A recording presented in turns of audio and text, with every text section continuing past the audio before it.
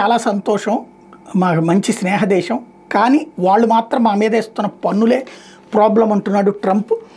ఇండియాతో తమకు చక్కటి స్నేహ సంబంధాలు ఉన్నాయని అమెరికా అధ్యక్షుడు డొనాల్డ్ ట్రంప్ చెప్పారు. కానీ ఇండియాలో టారిఫ్లు అధికంగా విధిస్తున్నారు, మరోసారి అసంతృప్తి వ్యక్తం చేశారు. ప్రపంచంలో అత్యధిక టారిఫ్లు విధిస్తున్న దేశాలు ఇండియా కూడా ఉందని, ఆ దేశంతో అదే ఏకైక సమస్య అని చెప్పుకొచ్చారు. విదేశీ ఉత్పత్తులపై ఏప్రిల్ 2వ తేదీ నుంచి టారిఫ్లు వసూలు చేయబోతున్నట్టు ట్రంప్ మరోసారి ప్రకటించారు.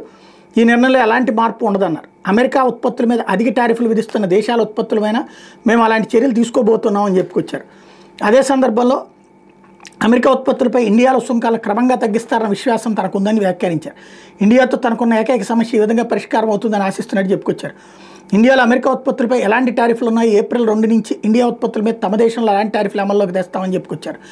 India Middle East Europe economic corridor ఐమెక్ని సానుకూల చర్యగా అభివర్ణించారు. ఇది అద్భుతమైన దేశాల కూటమి అని చెప్పుకొచ్చారు. వ్యాపారం వాణిజ్యంలో దెబ్బతీయాలని చూస్తున్న ప్రత్యర్థి దేశాలకు వ్యతిరేకంగా కూటమిగా ఏర్పడ్డాయన్నారు. తమ శత్రువులు మర్చిపోయే ప్రసక్తే లేదని చెప్పుకొచ్చారు. వాళ్ళకి ఎలాంటి మర్యాద చేయాలో తనకు తెలుసు అన్నారు. మిత్రుల కంటే శత్రువులపైనే ఎక్కువగా దృష్టి పెడతానని చెప్పుకొచ్చారు.